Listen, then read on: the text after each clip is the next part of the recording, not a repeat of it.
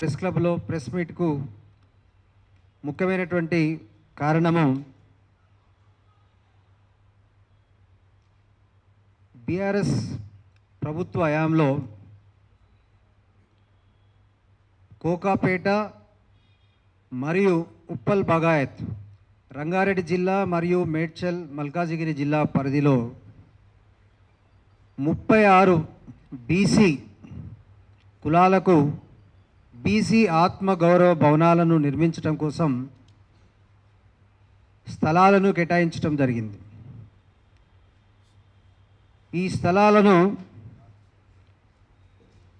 కేటాయించినప్పుడు ప్రభుత్వం ఒక మెమోను కూడా విడుదల చేసింది. ఆ మెమో యొక్క ఉద్దేశం ఏమిటంటే, ఏదైనా ఒక కులంలో అనేక సంఘాలు ఉన్నప్పుడు ఆ సంఘాలన్నింటినీ కూడా సమన్వయపరిచి వారి అందరి సమక్షంలో మెజారిటీ విధానంలో ఒక ట్రస్టును ఏర్పాటు చేస్తే ఆ ట్రస్టుకు ఈ యొక్క స్థలాలను నిర్వహణ బాధ్యతలను అప్పగిస్తాము అని ఆ యొక్క మెమో ఉద్దేశం. సో ఆ ట్రస్టుకు నిర్వహణ బాధ్యతలు అప్పచెప్పడం అనేది దీని యొక్క ఉద్దేశం. ఆ నిర్వహణ బాధ్యతలు చేసేటప్పుడు ఆ ప్రభుత్వంలో ఉన్నటువంటి పెద్దలు, రాజకీయ నాయకులు ఎటువంటి కుల సంఘాలకు ప్రాతినిధ్యం ఇవ్వకుండా వారి యొక్క అనుచరులతో మాత్రమే ఈ ట్రస్టులను ఏర్పాటు చేసుకోవడం జరిగింది.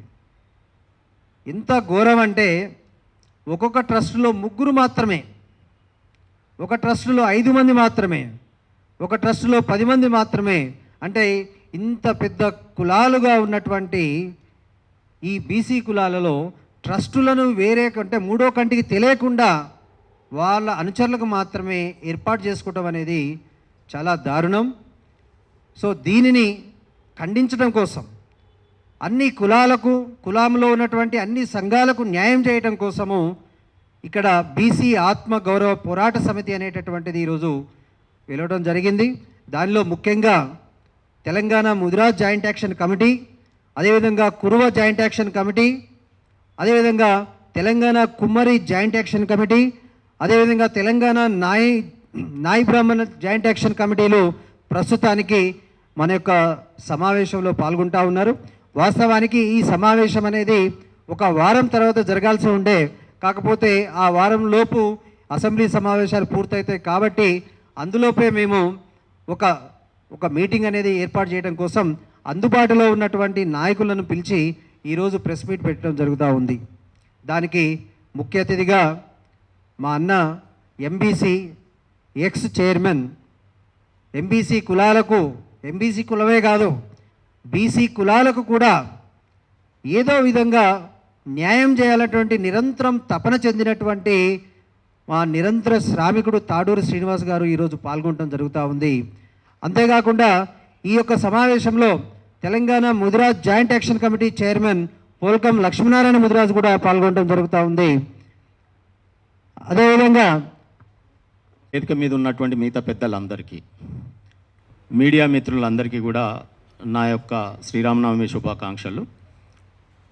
ఈరోజు మీ అందరికీ తెలుసు, తెలంగాణ రాష్ట్ర పోరాటం సామాజిక తెలంగాణ సిద్ధించలేదు, కానీ ఆ మేరకు కొంతమేరకు ఆనాటి ప్రభుత్వం బీసీ కులాల పోరాట ఫలితంగా ఆత్మగౌరవ భవనాల కోసం మనకు కొన్ని కోకాపేటలో కావచ్చు, మేడిపల్లిలో కావచ్చు, ఉప్పల్ భగాయత్లో కావచ్చు, ఈ రకంగా కుల సంఘాలకు భవనాలు నిర్మించుకోవడానికి స్థలాలను కేటాయింపజేసింది. దీంట్లో ఆనాడు నేను నాటి ప్రభుత్వంలో బీసీ డిపార్ట్మెంట్లోనే ఎంబీసీ డెవలప్మెంట్ కార్పొరేషన్ చైర్మన్గా ఉన్నాను కాబట్టి ఆ రోజు జరిగింది ఏంటంటే, బీసీ శాఖ మాత్యులు జోగు రామన్న గారు, ఆనాటి ఆర్థిక మంత్రివర్యులు ఈటెల రాజేందర్ గారు, అదే రకంగా చిరంజీవులు ఐఏఎస్ హెచ్ఎండిఏ మరి వారు ఉండేది కమిషనర్గా, వారు, Burra Venkatesham principal secretary and BC welfare నుండి అలోక్ గారు, మేమంతా కలిసి ఆ రోజు ఉన్నటువంటి ఉప్పల్ భగాయత్ కానీ మిగతా విషయాలు కానీ కుల సంఘాలతో మీటింగ్లు పెట్టి ఎక్కడ ఎవరికి ఇస్తే బాగుంటుందని హెచ్ఎండిలో చాలా చక్కటి ప్రపోజల్స్ ఒకటి చేసినాం. ప్రతి కులానికి కులం యొక్క జనాభా ప్రాతిపదికన మనం ఆ రోజు స్థలాలను కేటాయించుకోవడం జరిగింది. ఉదాహరణకి సంచార జాతులకు ఒక 10 ఎకరాలు. నేను ఆనాడు ఎంబీసీ చైర్మన్ ఉన్నా కాబట్టి వారి కోసం కూడా నేను ఆనాటి ముఖ్యమంత్రిని మరి పోరాడి సాధించడం కూడా జరిగింది. అదే రకంగా కొన్ని కులాలు ఉంటాయి, మీకు పేరు కూడా విననటువంటిది. జాండ్రా కులం, వారికి వారి జనాభా ప్రాతిపదికన. దేవాంగ కులం, వారికి వారి యొక్క సామాజిక పరంగా ఇవ్వడం జరిగింది. ఇవన్నీ కులాలు ఆ రోజు మేమంతా ప్రోయాక్టివ్గా ఉండి డైనమిక్గా ఉండి ఇటువంటి కులాలకు కూడా, ఎందుకంటే ఆనాడు ఉన్నటువంటి కొంతమంది అధికారులు కూడా ఈ చిన్న కులాలకు చెందినటువంటి వారు కూడా మమ్మల్ని రిక్వెస్ట్ చేయడం జరిగింది. మేము బయట అడగలేము, మీరు అడగండి అని అంటే మేము వారికి అడిగి సాధించడం జరిగింది. ఉదాహరణకి విశ్వకర్మలకు 5 ఎకరాలు, మేదరికి కుమ్మర్లకు 3 ఎకరాలు. ఈ రకంగా కోకపేటలో కొంతమందికి మనకు సో కుర్మ భవనాలు కావచ్చు, మన యాదవులది సోదరులందరిది కలిపి అది చేయడం, కానీ రజకులది మేడిపల్లిలో ఉండడం, తర్వాత డిస్ప్యూట్ అవ్వడం, తర్వాత ఇవన్నీ మనం చూసాం. వడ్డర్లది కూడా మనం ఇవ్వడం జరిగింది. కొన్ని డిస్ప్యూట్స్ కూడా ఉన్నాయి. అయితే ఆనాటి ప్రభుత్వం ఏం చేసిందంటే, మీకు అందరికీ తెలుసు, అప్పటి ఉన్నటువంటి ప్రభుత్వం చెవులలో సీసం పోసుకొని నిరంకుశత్వ వైఖరితో ఉండేది. కుల సంఘాల మాటలు కానీ మాలాంటి వాళ్ళ మాటలు కానీ వినే పరిస్థితిలో ఆ రోజు కలవాలనుకున్న ఆ రోజు ప్రభుత్వ అధినేత కలిసేటటువంటి పరిస్థితి లేదు. అంటే ఏదో దానం ఇచ్చేసిన ఒక ఆత్మగౌరవం అక్కడే లోపలించింది. నేనేదో భూమి ఇచ్చేసిన ప్రభుత్వ పరంగా మీరు కొట్టుకసావండి అన్నట్టు ఆయన అలాట్ చేసినాడు. ఆ రోజే స్పెషల్ డెవలప్మెంట్ ఫండ్ కింద మనకి మీ అందరికీ తెలుసు ఆ రోజు 67 కోట్లు సుమారుగా ఇవ్వడం జరిగింది. తర్వాత కూడా మళ్ళీ పెంచడం జరిగింది. అంటే ఎట్లా అంటే ఎకరం ఉన్న వాళ్ళకి 1 కోటి రూపాయలు, 3 ఎకరాలు అలాట్ అయిన వాళ్ళకి 3 కోట్ల రూపాయలు, 5 ఎకరాలు అయిన వాళ్ళకి 5 కోట్ల రూపాయలు, ఈ రకంగా కొంతమేరకు సంచార జాతులకు 10 కోట్ల రూపాయలు స్పెషల్ డెవలప్మెంట్ ఫండ్ కింద మనము జీవో కూడా ఉంది. ఆ తర్వాత పూసల దాంట్లో మిస్ అయితే మళ్ళీ పోరాడి వాళ్ళు కూడా సాధించుకోవడం జరిగింది. స్పెషల్ డెవలప్మెంట్ ఫండ్ కింద పూసల కులానికి కూడా మళ్ళీ ఫండ్ కూడా ఏర్పాటు చేయడం జరిగింది. సో ఈ రకమైనటువంటి పరిస్థితులు ఆ రోజు దాంట్లో ఉన్నటువంటి డిసిషన్ దాంట్లో మరి మేము ఉండడం. కానీ కాలక్రమేణా ఏమైపోయిందంటే, ఆ మధ్యకాలంలో అప్పుడు నేను అమెరికాలో ఉన్నాను, జోగ్రమణ గారు కూడా ఎక్కడో ఉన్నారు. సడన్గా మేము వచ్చే లోపే ఎవడో ఇన్ఫ్లుయెన్స్ చేసి ఆ కుల సంఘాలు ఆ రోజు, ఆ తర్వాత మినిస్ట్రీ మారిపోయింది, గంగుల కమలాకర్ మళ్ళీ మినిస్టర్ అవ్వడం జరిగింది. ఈ మొదటి నుండి మేము కష్టపడ్డ వాళ్ళకి మాకు ఆ బాధలు తెలుసు, ఏ కులానికి ఎంత ఏం చేయాలనేది. సడన్గా మళ్ళీ అక్కడ ఉన్నటువంటి మినిస్టర్స్ ఆ రోజు దీదెన్ శ్రీనివాస్ గౌడ్ గారు, నేను అనుకుంటా గంగుల కమలాకర్ గారు ఈ ట్రస్టులు ఏర్పాటు చేసేటప్పుడు వాళ్ళు ఉండే. నేను అక్కడికి చెప్పాను ఫోన్లో, ఇది మంచి పద్ధతి కాదు, మీరు దళారీ తత్వాన్ని ప్రోత్సహించినట్టు అవుతుంది. ఈ సామాన్య కులాలు స్పెషల్ డెవలప్మెంట్ ఫండ్ కింద ప్రభుత్వం ఇచ్చి ప్రభుత్వమే కట్టాల్సిన చోట మీ భవనాలు మీరే కట్టుకోండి అని వాళ్ళకు ఉపయోగపడం ఏంటి? అందులో మీకు అనుకూలంగా ఉన్న సంఘాలకే మీరు అలాట్మెంట్ ఇచ్చుకోవడం ఏంది? ఇదంతా రాజకీయం జరుగుతూ ఉంది అని చెప్పి నేను విభేదించాను. కానీ అప్పుడు నా మాట వినేటటువంటి పరిస్థితుల్లో కూడా లేకుండే. ఆ తర్వాత ఇప్పుడు నేను జరిగేది, నా యొక్క డిమాండ్ ఏంటంటే స్పష్టంగా ఆ రోజు అన్ని కుల సంఘాలని ఆ రోజు వరకు రిజిస్ట్రేషన్ ఆల్రెడీ ఉన్న వాటి అన్నిటిని కూడా గవర్నమెంట్ దగ్గరనే రికార్డు ఉంటుంది. నీకు రిజిస్టర్డ్ సంఘాలు కోఆపరేటివ్ డిపార్ట్మెంట్ దగ్గర కానీ లేకపోతే రిజిస్ట్రేషన్ డిపార్ట్మెంట్లో కానీ నీ దగ్గరనే ఉంటుంది. ఏ సంఘాల రిజిస్ట్రేషన్ అయినా ఏం కథ, అఫీషియల్గా లెటర్ ఇచ్చి ఇన్వైట్ చేసి వాళ్ళతో చర్చలు జరిపి ఏ రకంగా ముందుకు పోతే బాగుంటుందో అని వారి సూచనలు తీసుకుంటే బాగుంటుంది కదా కుల సంఘాలది. అట్లా తీసుకోలేదు. మీ అడుగులకు మడుగులు వస్తే కొంతమంది దళారులను పిలిపించుకొని కొంతమందిని అలాట్ చేసుకోవడం జరిగింది. అక్కడికి ఆయన కోర్టుకు కూడా పోయినారు కొన్ని కుల సంఘాలు. ఈరోజు హైకోర్టులో కూడా పిటిషన్స్ పెండింగ్ ఉన్నాయి. అంటే జటిలం చేశారే తప్ప ఆత్మగౌరవ భవనాల పేరుతో ఆ జాగిచ్చి కొట్టుకసావండి అన్నట్టుగా నిర్ణయం జరిగింది. దాన్ని మరి ఈ ప్రభుత్వం మన సరిదిద్దుతా అని నేను గతంలో బీసీ మినిస్టర్ పొన్నం ప్రభాకర్ గారి దగ్గరికి పోయాను. ఆ రోజు ఆ రకంగా గవర్నమెంట్ చేసిందండి, మీరు దీన్ని సరిదిద్దండి. నా యొక్క డిమాండ్ స్పష్టంగా సూచన ఏంటంటే, విమర్శించిన వాళ్ళని సూచన కూడా చేయాలి. నా సజెషన్ అయితే ఆత్మగౌరవ భవనాలు ఏ రకమైన వేదికలు ఉండాలంటే, ఈ మధ్యకాలంలో వింటున్నాం, ఆ కుల సంఘం కొంతమంది వ్యక్తులు కలిసి ఒక కార్పొరేట్ దిగ్గజానికి రెంట్కి ఇవ్వడం. రెంటులు ఇచ్చుకోవడానికి పర్పస్ కాదు కదా. మన కుల సంఘాలకు కేటాయించినటువంటి ఆత్మగౌరవకాల మెయిన్ పర్పస్, ముఖ్య ఉద్దేశం ఏదైతే ఉందో దాన్నే డీవియేట్ చేస్తూ ఉన్నారు ఈరోజు. ముఖ్య ఉద్దేశం ఏంటి? ఏ కులానికి ఆ కులానికి కలిగినటువంటి సాంస్కృతిక వైభవాన్ని వెలికి తీయాలి. చరిత్రలో వారి యొక్క చరిత్ర పురుషులను కానీ, వారి యొక్క పూజా విధానాలను కానీ, వారి యొక్క దేవుళ్ళను కానీ, వారి యొక్క కట్టుబొట్టు విధానాన్ని కానీ, వారి బతుకు జీవన విధానం కానీ, వారి ఆహార నియమాలు గతంలో ఏ రకంగా ఉంది, కొన్ని బీసీ కులాలు ఎంబీసీ కులాలు ఇప్పటికీ ఉడకబెట్టిన ఆహారం తింటారు, వారిని ఏ రకంగా నాగరికమైనటువంటి ప్రపంచంలోకి తీసుకురావాలి, ఈ రకమైనటువంటి చరిత్రను వెలికితీసే సాంస్కృతిక వైభవాలను వెలికిపుచ్చేటటువంటి ఒక రీసెర్చ్ సెంటర్గా ఆత్మగౌరవ భవనాలు ఉండాలనేది నా యొక్క కోరిక, నా యొక్క డిమాండ్. రెండవది ఏంటి, ఈ సమాజానికి దారి చూపించేటటువంటి దిక్సూచి కేంద్రాలుగా ఈ ఆత్మగౌరవ భవనాలు ఉండాలనేది. మూడవది ఏంటి, నేటి యుగానికి అనుగుణంగా ఆ కులంలో పుట్టినటువంటి యువకులు, చదువుకున్న యువకులు వృత్తి నైపుణ్యం కావచ్చు, మోడర్నైజేషన్ ఆఫ్ ది అంటే వారికి ఉన్నటువంటి ఆల్రెడీ ఉన్నటువంటి వృత్తులని మోడర్నైజేషన్ చేయడానికి వివిధ దేశాల్లో ఉన్న టెక్నాలజీని తీసుకొచ్చి దాని మీద టెక్నాలజీని వీరికి నేర్పించే ఒక నైపుణ్య శిక్షణ కేంద్రాలుగా ఉండాలనేది నా యొక్క డిమాండ్. నాదొక ఐదో డిమాండ్ ఏంటంటే, సుదీర గ్రామాల నుంచి ఒక సంచార జాతుల బిడ్డనో, ఒక బీసీ కులాల బిడ్డనో, సమాజంలో అనేక కులదూషణలు ఎదుర్కొని అట్రాసిటీస్ ఎదుర్కొన్నటువంటి ఈ స్వాతంత్ర ఫలాలను అందిపుచ్చుకున్నటువంటి జాతుల పిల్లలు ఎవరైనా నేను చదువుతాను అని హైదరాబాద్కు వస్తే వాడు చదువుకునేటటువంటిది కాదు, చదువుకునేటటువంటి ఒక కేంద్రంగా ఇది మారాలి, బాసిల్లాలి, ఒక హాస్టల్స్ లాగా రూపొందాలి, ఆ రకమైనటువంటి భవనాలు రావాలని. ఇంకొక కోరిక ఏంటంటే, ఎక్కడో సుదీర్ఘ ప్రాంతంలో భవనాలకి రెంట్లు కట్టి మీటింగ్లు పెట్టుకోవడం కాకుండా ఒక చక్కటి మీటింగ్ హాల్ ఒకటి ఉండాలి అని చెప్పి, ఈ రకంగా ఉండాలి ఈ కేంద్రాలు అని చెప్పి మేము భావించినాం. రియల్లీ ఆనాడు ఉన్నటువంటి బీసీ మంత్రికి ఏ పార్టీలైనా కావచ్చు, జోగు రామన్న గారు అయితేనేమి, ఈటల రాజేందర్ గారు అయితేనేమి, నేనైతేనేమి, ఆనాడున్న అధికారులు అయితేనేమి, మేము భావించినటువంటిది ఇది. కానీ ఈరోజు వారికి కొంతమందిని పిలిచి చందాలు వసూలు చేయడం ఏంటండి? చందాలు వసూలు ఆల్రెడీ స్పెషల్ డెవలప్మెంట్ ఫండ్ కింద జీవో నెంబర్ 20 అనుకుంటా, అది 2018 సబ్జెక్ట్ టు కరెక్షన్. సో నాకు గుర్తుంది, ఆ రోజు వాటిల్లో నేను నిమగ్నమై ఉన్నాను కాబట్టి. సో ఆ రకమైనటువంటి స్పెషల్ డెవలప్మెంట్ ఫండ్ ఇచ్చినాక ఆ డబ్బులతోని గవర్నమెంటే వీటిని కస్టడియన్గా తీసుకొని, నేను నా యొక్క డిమాండ్ ఏంటంటే, ఈ ఆత్మగౌరవ భవనాలు కేటాయించిన స్థలాలన్నీ కూడా ప్రభుత్వమే మళ్ళీ కస్టోడియన్గా మారి, ఇది ఎగ్జాక్ట్లీ ఇదే జీవో, ఏ కులానికి ఎంత డబ్బులు, ఏ కులానికి ఎన్ని ఎకరాలు జీవోలు ఉన్నాయండి, వీటన్నిటినీ తుంగలో తొక్కి ఈరోజు మళ్ళీ ఈ ప్రభుత్వం కూడా దాన్నేదో ఆయన చేసిన తప్పులన్నీ సరిదిద్దుతాను వచ్చింది ఈ ప్రభుత్వమైనా వినాలి కదా, ఒక మీటింగ్ పెట్టాలి కదా కుల సంఘాలతో. వెంటనే ఇటువంటి సంఘాలందరినీ పిలిచి మీటింగ్ పెడితే వీరి దగ్గర ఎన్ని కాయిదాలు ఉన్నాయి చూడండి, ప్రభుత్వం దగ్గర లేని కాయిదాలు మరి వీరు శ్రీనివాస్ గారు, వీరి కార్యాచరణ కమిటీ అందరి దగ్గర ఉన్నాయి. వీటిని పిలిపించి ఒక మీటింగ్ పెడితే తప్పకుండా రేపు ఈ ఆత్మగౌరవ భవనాల యొక్క స్థలాలని గవర్నమెంటే మళ్ళీ కస్టోడియన్గా ఉండి స్పెషల్ డెవలప్మెంట్ ఫండ్ కింద ఆ రోజు కేటాయింపబడిన, నీకు చేత కాకపోతే సిఎస్ఆర్ నిధులు తీసుకురండి. ఇవన్నీ కూడా వెనుకబడిన జాతుల యొక్క కుల సంఘ భవనాలే కదా, మరి కార్పొరేట్ సోషల్ రెస్పాన్సిబిలిటీ కింద తీసుకోండి.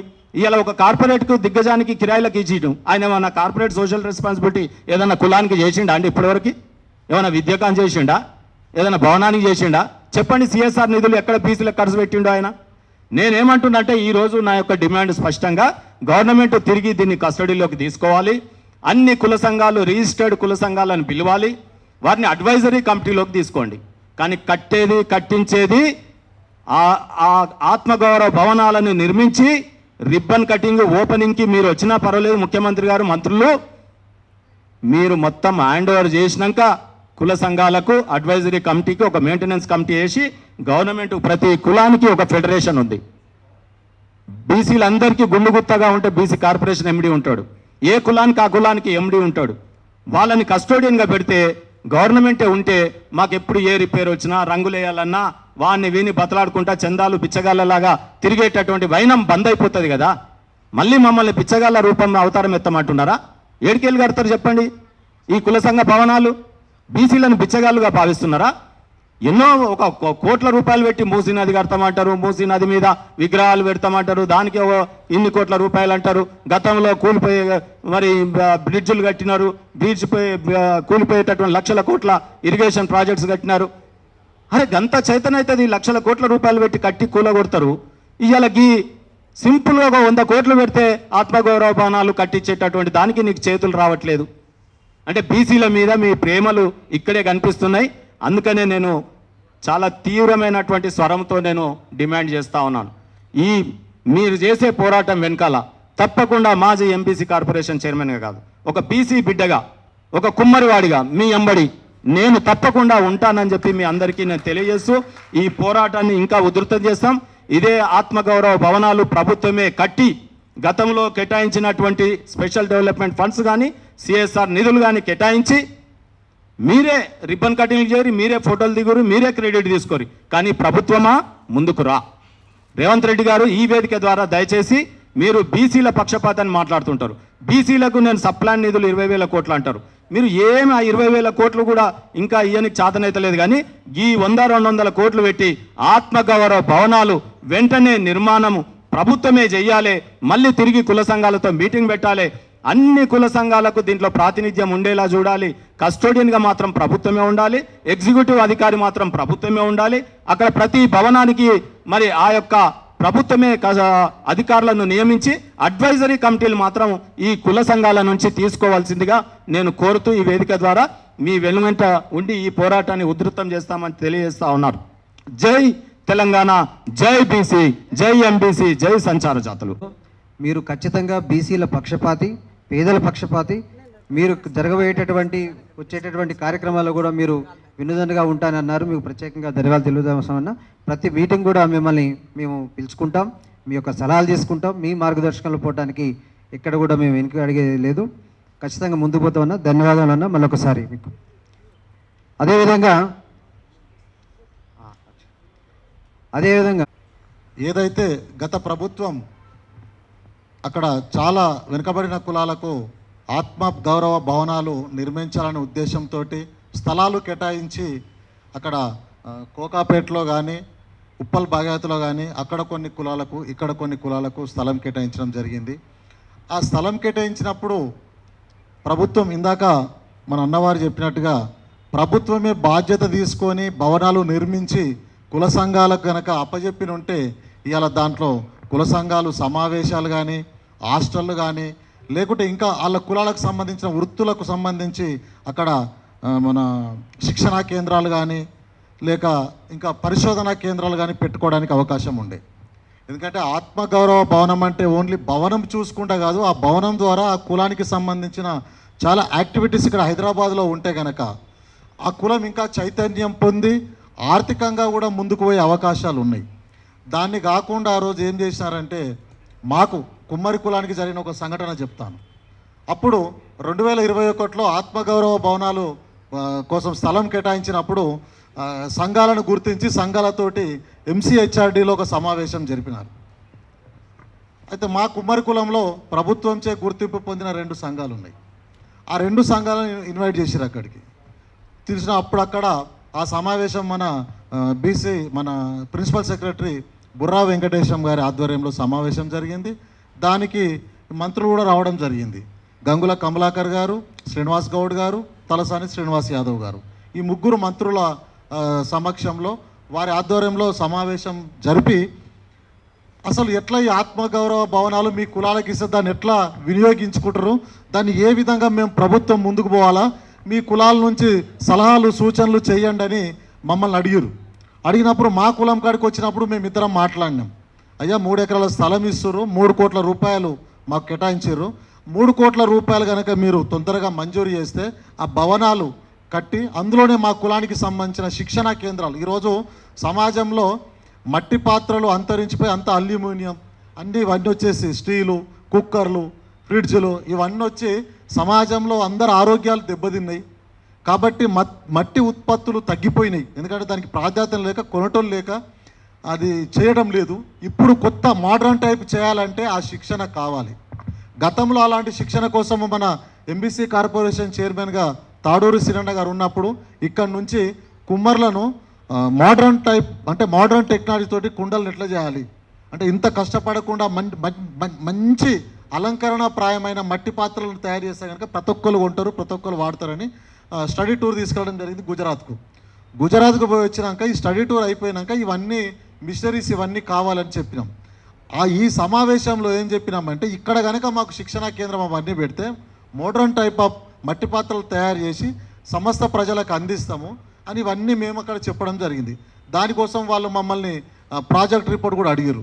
ఏం చేయాలి, మీకు భవనం ఎట్లా కట్టాలి, మోడల్ ఎట్లా ఉండాలి, మీరు ఎన్ని కడతారని మాకు ఒకసారి మీటింగ్ పెడితే ఆ మీటింగ్లో కూడా చెప్పినాం మాకు భవనం ఇట్లా ఉండాలి, ట్రైనింగ్ సెంటర్ ఇక్కడ ఉండాలి, ఒక కమిటీ హాల్ ఇక్కడ ఉండాలని చెప్పి మమ్మల్ని పిలిచి అంతా బాగానే చేశారు. అన్ని మీటింగ్లు అయిపోయిన తర్వాత లాస్ట్కు ట్రస్టులు ఏర్పాటు జరుగుతుంది. ట్రస్ట్ ఏర్పాటు జరిగేటప్పుడు మా 2 సంఘాలకు ట్రస్ట్ ఏర్పాటు చేయాలి, కానీ అప్పుడు మా సంఘాన్ని ట్రస్ట్లో పెట్టలే. ఆ ఒక సంఘానికే ట్రస్ట్ బాధ్యతలు ఇచ్చారు. మాకు ట్రస్ట్లో మమ్మల్ని చేర్చలే. ఎందుకు చేర్చలే అంటే అక్కడ ఒక చిన్న కారణం ఉంది. అంటే ఇప్పుడు ఈ సందర్భంలో చెప్పాలన్నా చెప్పొద్దో నాకు తెలియదు, కానీ మిగతా వాళ్ళు పోయి ఏం చేసిరంటే ఆ పక్కకున్న సంఘం రాష్ట్ర అధ్యక్షుడు కాంగ్రెస్ ఆయన మేమంతా బీఆర్ఎస్ వాళ్ళము, మన పార్టీ మనము లెక్క అని చెప్పుకొని వాళ్ళు చెప్పగానే మంత్రి కానీ అధికారులు కానీ ఆ పార్టీతోటి వాళ్ళ పేరు రాశారు. తర్వాత మేము పోయినాం. ఇదెక్కడన్నా గంగుల కమరాకల్ గారి దగ్గరికి చాలాసార్లు తిరిగినాం మేము. 2 ట్రస్ట్ పేపర్లు అక్కడ పెట్టి మీ ఇద్దరు ఇవ్వకుండా పెడతా, మాట్లాడతా, నేను సెట్ చేస్తా అని చెప్పిండు. తర్వాత చాలా రోజుల తర్వాత పోయి ఏమన్నా గిట్లా చేసినామంటే మీరు కాంగ్రెస్ అట కదా అంటున్నాను. అరే కులానికి కాంగ్రెస్తో పని ఏముందన్న?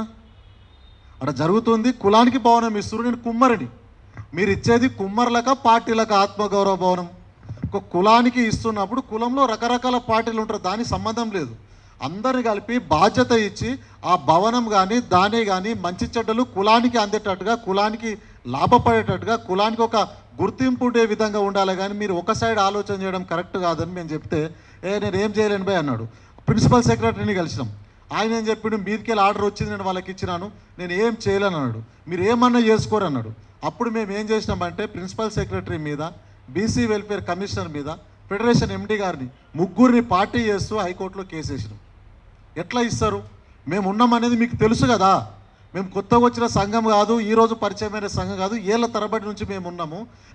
మీరు కులాన్ని ఐక్యత చేసి ఇవ్వాలి కదా, ఇట్లా వన్ సైడ్ పోవడం తప్పు కదా అన్నాం. మీరు ఏమన్నా చేసుకోరని కేసు అట్లా నడుస్తూ ఉంది. అది అట్లా ఉంటే ఇప్పుడు ముఖ్యంగా ఏంటంటే ఇందాక అన్నట్టుగా ఆత్మగౌరవ భవనాలు ఎన్ని కులాలకు ఇచ్చింది ప్రభుత్వం, ఎంతవరకు నిధులు మంజూరు చేసింది, మిగతా వాళ్లకు ఎందుకు నిధులు ఇవ్వట్లేదు? మిగతా కులాలకు భవనాలు కాలి గడ్డి మొలిచిపోతే మొన్న మా సంఘం వల్లే ట్రాక్టర్లు పెట్టి సాఫ్ చేసుకున్నారు సొంత డబ్బులతోటి. మా సంఘం ఎందుకు ఫండ్ రిలీజ్ చేయట్లేదు? డబ్బులు ఇస్తే భవనాలు కట్టుకొని దాని ద్వారా కులాలకు ఆత్మగౌరవం లభిస్తుంది కదా. అట్లాగనే ఇందాక అన్నట్టుగా భవనాల మీద పెత్తనం కానీ, భవనాలను కొన్ని రెంటు కూడా ఇవ్వడం జరిగిందని ఇందాక మేము ఇక్కడ తెలుసుకున్నాం. వేరే ప్రైవేటు సంస్థలకు రెంటుకు, ప్రైవేట్ సంస్థలకు రెంట్కి వెళ్ళినా కూడా ప్రభుత్వం యొక్క అనుమతి కావాలా? ఆ ట్రస్టుకు అన్ని అధికారాలు ఉండకూడదు. ఎందుకంటే ట్రస్ట్లో 10 మంది ట్రస్ట్లో ఉంటే ఆ భవనం అనేది యావత్ తెలంగాణ కులానికి సంబంధించింది. నిర్ణయం తీసుకుంటే ఆ కులమంతా తీసుకోవాలి, కానీ ఆ 10 మందో 20 మందో సొంత లాభాపేక్షకో తన రాజకీయం కోసమో ఎవరో చెప్తే వాళ్ళు నిర్ణయాలు తీసుకొని మన ఆత్మ గౌరవ భవనాన్ని యొక్క గౌరవాన్ని తగ్గిస్తే కులానికి చెడు చేసిన వాళ్ళు అవుతారు. ప్రభుత్వాలు కూడా పరోక్షంగా దానికి సహకరించినట్టు అవుతుంది. కాబట్టి ప్రభుత్వం బాగా ఆలోచన చేసి ఆత్మగౌరవ భవనాలను వాళ్ళ సంరక్షణలో ఉంటూ దాని బాగోగులు చూసుకునేది మేము, దానికి ప్రతి రూపాయి ప్రభుత్వం ఇవ్వాలి. ఇందాక అన్నగారు అన్నట్టుగా మీరు లక్ష చేసుకొని కట్టుకోండి అంటే మళ్ళీ ఇప్పుడు కులము మళ్ళీ అడుక్కోమని చెప్తుండే, అడుక్కునే వృత్తిని మళ్ళీ ప్రభుత్వం నేర్పుతుంది మనకి. అయ్యా భవనం ఇచ్చి 3 కోట్ల రూపాయలు మా కుమ్మరి కులానికే మంజూరు ఇచ్చి జీవో ఇచ్చి 3 కోట్ల రూపాయలు ఇవ్వకపోవడానికి కారణం ఏంటి? అంటే అడిగేవాడు లేడనా, లేకపోతే ఏం ఉద్దేశం ప్రభుత్వం అంది? ఇస్తే ఆత్మగౌరవం ఏర్పడుతుంది, ప్రభుత్వమే చూసుకోవాలి. దాని ద్వారా ప్రతి కులానికి ఒక గౌరవం లభిస్తుంది. ప్రతి కుల భవనంలో కూడా ఆ కులం యొక్క యాక్టివిటీస్ దాంట్లో ఉండాలి. అక్కడ హాస్టల్ ఉండాలి. ఎక్కడెక్కడి నుంచో విద్యార్థులు మారుమూల ప్రాంతం నుంచి హైదరాబాద్లో వచ్చి చదువుకోవాలంటే చాలా ఇబ్బంది అవుతుంది. మన ఆత్మగౌరవ భవనంలో ఉంటే వాళ్ళకు రెంటు తప్పుతుంది, వాళ్ళు చదువుకోగలుగుతారు. పేద విద్యార్థులు అన్ని రకాలుగా మన వెనుకబడిన కులాలకు లాభం జరుగుతుంది. కాబట్టి ఆత్మగౌరవ భవనాలను తొందరగా నిర్మించి కులాలకు అప్పచెప్పి దానికి సంబంధించిన రక్షణ మాత్రం కులానికి అప్పచెప్పి బాధ్యతలు ప్రభుత్వం దగ్గర ఉంటే ఏ డిస్టర్బెన్స్ లేకుండా భవనాలు బాగా సాగుతాయని నేను తెలియజేస్తూ ఈరోజు మా కులాన్ని కూడా దాదాపుగా మర్చిపోయిన వారిని మరొకసారి స్మరించుకుంటూ వెలుగుమెట్లలో చీకట్లో ఉన్నటువంటి వెలుగుమెట్లకు ఈరోజు వెలుగు రేఖలు ప్రసాదించినటువంటి మనకు దారి చూపేదిగా ఉంది. ఎందుకంటే మీకు తెలుసు ఈ తెలంగాణలో అత్యధిక జనాభా ఉన్నటువంటిది, అత్యంత వెనుకబడిన, విద్యకు నోచుకొని వజ్రోత్సవాలు జరుపుకుంటున్న ఈ తరుణంలో సైతం విద్యా హక్కు కొరకు పోరాటం చేస్తున్నటువంటి కమ్యూనిటీ ఏదైనా ఉందంటే అది ముదిరాజ్ కమ్యూనిటీ. ఏదైతే ఈ ముదిరాజ్ కమ్యూనిటీ ఉందో, ముదిరాజ్ కమ్యూనిటీకి ఒక అనేక సంఘాలు ఉన్నాయి, కానీ విద్యార్థులు చదువుకోవడానికి హాస్టల్ లేదు, ఉండడానికి వసతి లేదు, సమావేశాలు నిర్వహించుకోవడానికి స్థలం లేనటువంటి పరిస్థితి. ఈ సందర్భంలో తెలంగాణ వచ్చిన తర్వాత గౌరవనీయులు కల్వకుంట్ల చంద్రశేఖరరావు గారు ఆత్మగౌరవ భవనాలంటూ మనకు కోకాపేటలో విలువైన భూమిని మనకు ప్రసాదించిండని చెప్పి మా కుల సంఘ నాయకులు గత 2018 నుంచి నేటి వరకు కూడా అది సాధించడానికి మేము ఎంతో కష్టపడ్డాం. అది వేల కోట్ల రూపాయల విలువ చేస్తుంది అని చెప్పి మభ్యపెట్టుతూ కాలయాపన చేస్తున్న క్రమంలో మాకు అరే నిజంగా ఇంత పెద్ద మంచి విలువైన భూమి మరి ఎందుకు మనము దాన్ని ఎక్కడ మనం కట్టుకోలేకపోయినాం ఆత్మగౌరవ భవనాన్ని, మరి 5 కోట్ల ఆ రోజు ఇచ్చింది కదా ప్రభుత్వం అని చెప్పి జాన్ ముదిరాజ్ అనే యువకుడు, తర్వాత మా శివ ముదిరాజ్ లాంటి వాళ్ళతో కలిసి ఒకసారి కోకాపేటలో చూద్దాం మరి ప్లేస్ ఏముందని చెప్పి చూడడానికి పోయినాం. మేము చూస్తే ఒకవైపు మాత్రమే కాంపౌండ్ వాల్ ఉంది.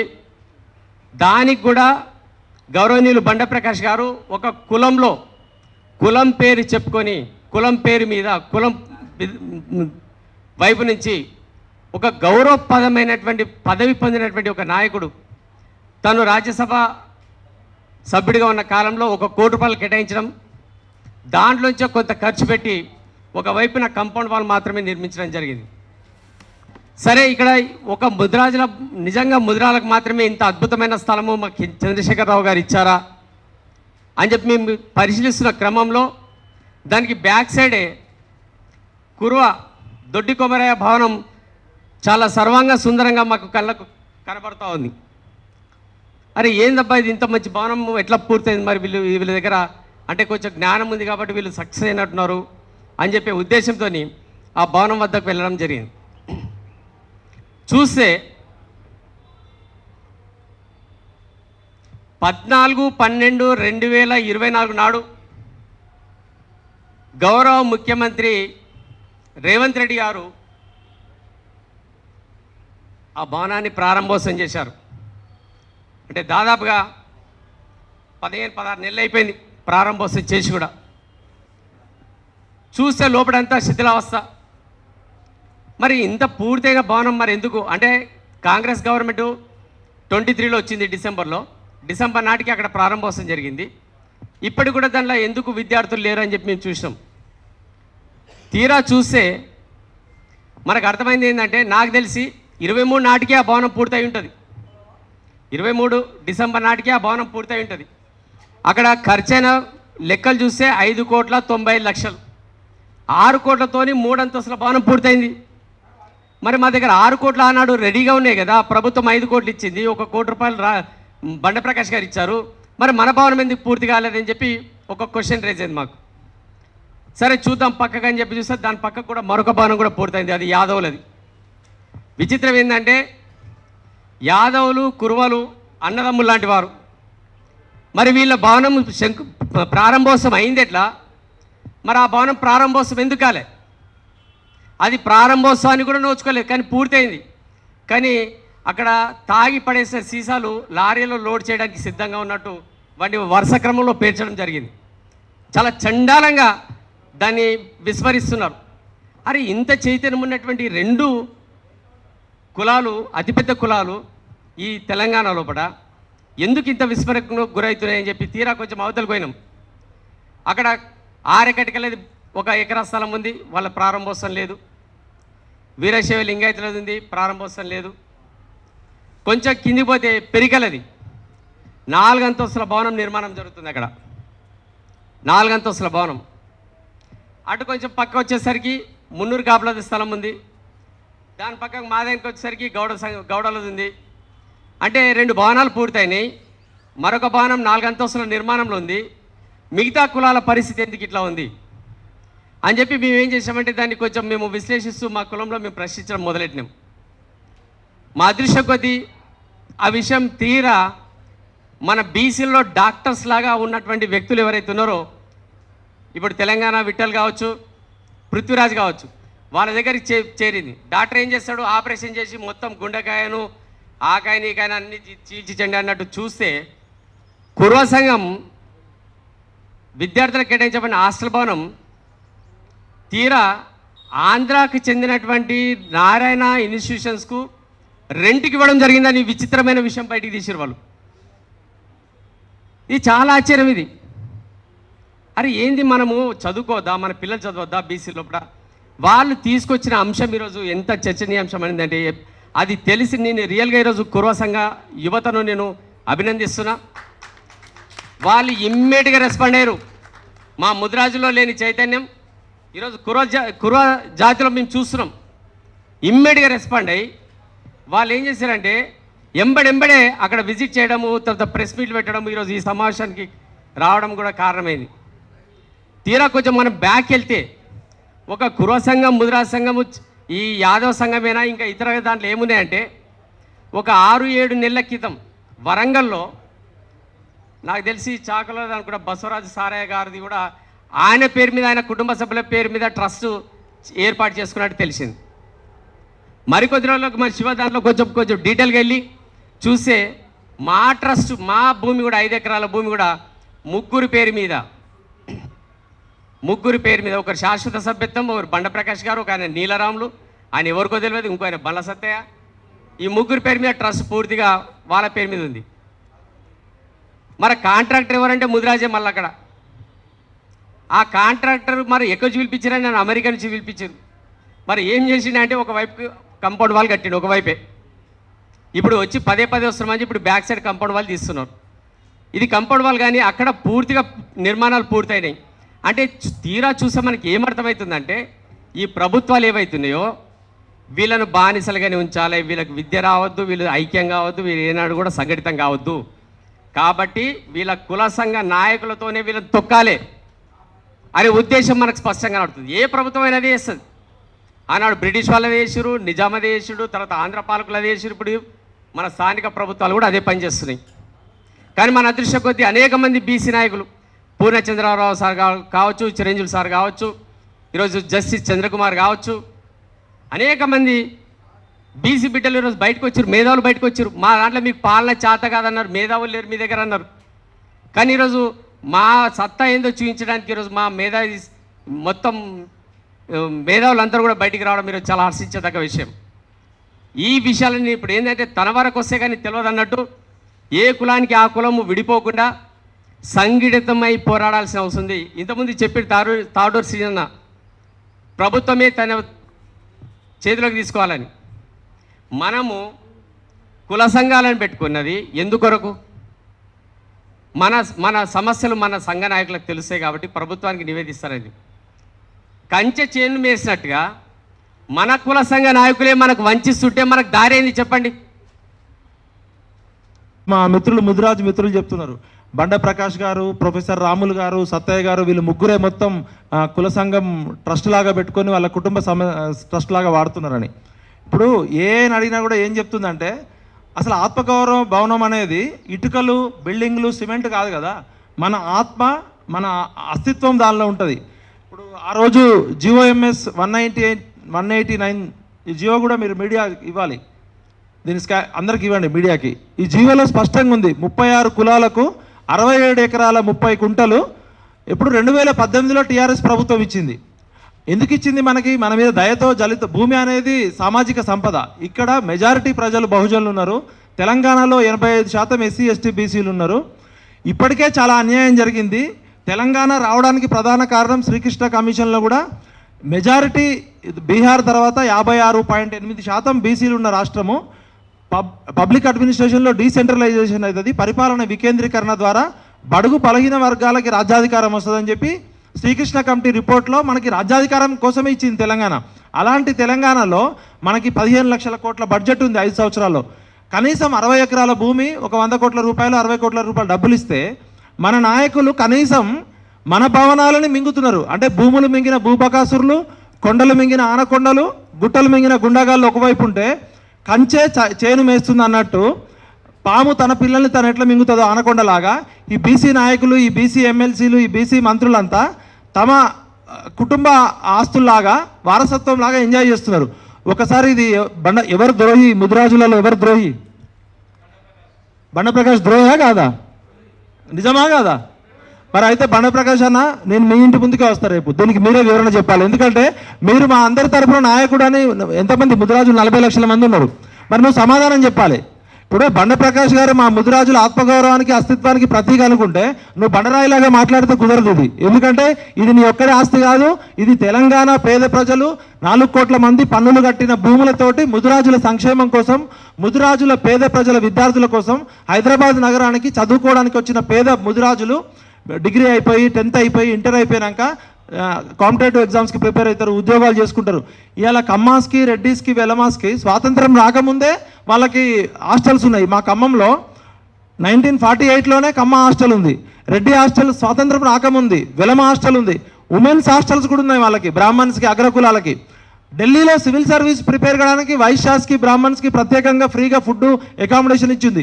మనం ఇప్పటికే 100 ఏళ్ళు వెనకబడ్డాం అనుకుంటే స్వాతంత్రం వచ్చిన 80 సంవత్సరాల తర్వాత మనకు వచ్చిన భూములు, మనకి ప్రభుత్వం మనకి ఇచ్చిన దానిలో మనం రియల్ ఎస్టేట్ మాఫియాకి ఇవ్వడము, ప్రైవేట్ దందా చేయడం అనేది అది మీ ముఖం మీద మీరు ఉంచుకున్నట్టే. వాళ్ళు ఎంత పెద్ద నాయకులైనా ఐ డోంట్ కేర్. ఇగో చూడండి ఎంత మంచి బిల్డింగ్లు ఉన్నాయి. ఈ బిల్డింగ్లో మన పేద పిల్లలు, మన పేద బీసీలు చదువుకొని కలెక్టర్లు, ఐఏఎస్లు, ఐపీఎస్లు కావాలి కదా. ముఖ్యంగా ఈ సమావేశానికి వచ్చిన మా ఐపీఎస్ పూర్ణచంద్రరావు గారికి ప్రత్యేక అభినందనలు. అదేవిధంగా మా కిరణ్ అన్న కూడా రావాలి. కిరణ్ అన్న గారు స్టేజ్ మీదకి రండి. ఓబీసీల కోసం జాతీయ స్థాయిలో కొట్లాడుతున్నాడు ఎస్సీయూ స్కాలర్ కిరణ్ గారు. ఇప్పుడు మనం ఒకవైపు దొడ్డి కొమరయ్య గారు, చాకలి ఐలమ్మ, కొమరం భీము ఆత్మగౌరవం చెప్తావు. మన నాయకులకి, మన బీసీ నాయకులకే ఆత్మ లేదు, శరీరం లేదు, వాళ్ళు జీవోత్సవాలాగా ఉన్నారు. మీ ముఖంలో ఏమన్నా ఆత్మ ఉంటే దయచేసి నేను ఈటల రాజేందర్ గారిని కూడా రిక్వెస్ట్ చేస్తున్నాను. నాకు అన్న చాలా బాగా క్లోజు. అన్నగారు, మీరు మా బీసీలందరికీ ఒక బాహుబలిగా ఉన్నారు. మన పరువు రోడ్డు మీద పడకముందే మీరు ఈ సమస్యను పరిష్కరించడానికి పెద్ద మనిషిగా ఉండండి. దత్తాత్రేయ గారు ఉన్నారు, కంచా ఐలయ్య గారు ఉన్నారు, మరి మంత్రి పొన్నం ప్రభాకర్ గారు కూడా నేను రిక్వెస్ట్ చేస్తున్నా. ఇది జీవో ఇచ్చింది కుల సంఘ నాయకులు ఎంజాయ్ చేయడానికి, రియల్ ఎస్టేట్ దందా చేయడానికి, లేకపోతే నెలకి ₹1 కోటి దందా చేయడానికి కాదు.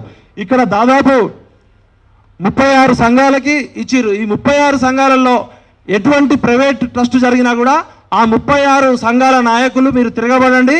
వాళ్ళు బాహుబలులు కాదు, బిచ్చల దేవుళ్ళు అని డిక్లేర్ చేయండి. ఫస్ట్ మన కాంశీరామ్ గారు ఏం చెప్పారు?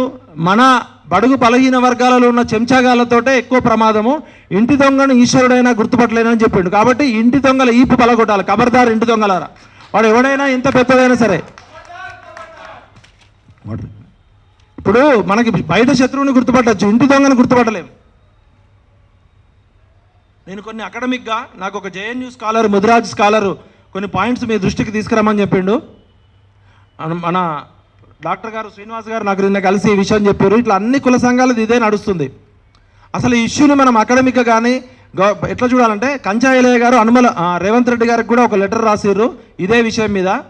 ప్రభుత్వ భూముల్లో ప్రభుత్వ నిధులతో నిర్మించిన కుల భవనాలను కేవలం సామాజిక సంక్షేమ కార్యక్రమాల కోసం మాత్రమే ఉపయోగించాలని, వాటిలో ఎటువంటి ప్రైవేటు దందాలు కానీ, ప్రైవేటు ఇంజనీరింగ్ కాలేజీలు, మెడికల్ కాలేజీ లాంటి వ్యాపార సంస్థలు నడపడానికి అనుమతించకూడదని ముఖ్యమంత్రి గారికి ఆల్రెడీ లెటర్ రాసినాం. మేము మీనాక్షి నటరాజన్ దృష్టికి కూడా తీసుకెళ్ళాం. ఆల్ ఇండియా కాంగ్రెస్ కమిటీలో ఉన్న సిడబ్ల్యూసి మెంబర్ల, కాంగ్రెస్ వర్కింగ్ కమిటీ మెంబర్ల దృష్టికి తీసుకెళ్ళాం. అదేవిధంగా ఓబీసీ చైర్మన్ అజయ్ జైహింద్ గారికి దృష్టి కూడా రాత్రి నేను మాట్లాడడం జరిగింది. వాళ్ళు మీనాక్షి నటరాజన్ మేడం తోటి మాట్లాడతామన్నారు. ఆ వేమిరెడ్డి నరేందర్ రెడ్డి గారిని కూడా కలవాలి సార్. ఒకసారి మనం ఈ విషయంలో ముఖ్యమంత్రి గారు కూడా, పూర్వచంద్ర గారు, మనమంతా ఒకసారి కలవాలి. ఎందుకంటే వాళ్ళకి వాస్తవం తెలవట్లేదు. ఎవరికి వాళ్ళు వీళ్ళు బీసీలను కేవలం ఓటర్లుగా, బానిసలుగా చూస్తున్నారు. బీసీలు అంటే కేవలం ఓటు వేసే బానిసలు కాదు బిడ్డ, మీ సీటు కింద పెట్టే మందు పాత్రలను గుర్తుపెట్టుకోండి. ఖబర్దార్ కొడకలారా. ఈ భవనాలను ఎందుకు ఉపయోగించవచ్చు, ఎట్లా ఉపయోగించవచ్చు అంటే, ఈ సివిల్ సర్వీస్ కానీ ఇతర పోటీ పరీక్షలకు ప్రిపేర్ అయ్యే వాళ్ళకి సపరేట్ బ్లాక్ పెట్టాలి, కాంపిటేటివ్ ఎగ్జామ్స్ కోసం ప్రిపేర్ అయ్యే వాళ్ళకి సపరేట్ ఫండ్ ఇవ్వాలి, కమ్యూనికేషన్ స్కిల్స్ మరియు నాయకత్వ శిక్షణ తరగతులు ఇవ్వాలి. ఎందుకంటే మన బీసీలలో అందరిలో కూడా బీసీలు అంటే బ్యాక్వర్డ్ క్లాసెస్ కాదు, బ్రిలియంట్ అండ్ క్రియేటివ్ కమ్యూనిటీస్. వీళ్ళందరికీ కమ్యూనికేషన్ స్కిల్స్ కోసము, సాఫ్ట్ స్కిల్స్ కోసము స్పెషల్ స్కిల్స్ పెట్టాలి. అదేవిధంగా అందరూ గవర్నమెంట్ జాబులు కొట్టలేరు. ఇవాళ 50 లక్షల మంది నిరుద్యోగులు ఉన్నారు. ఎక్కువ మంది బీసీలు, ఎస్సీలు, ఎస్టీలే పేదరికంలో ఉన్నారు.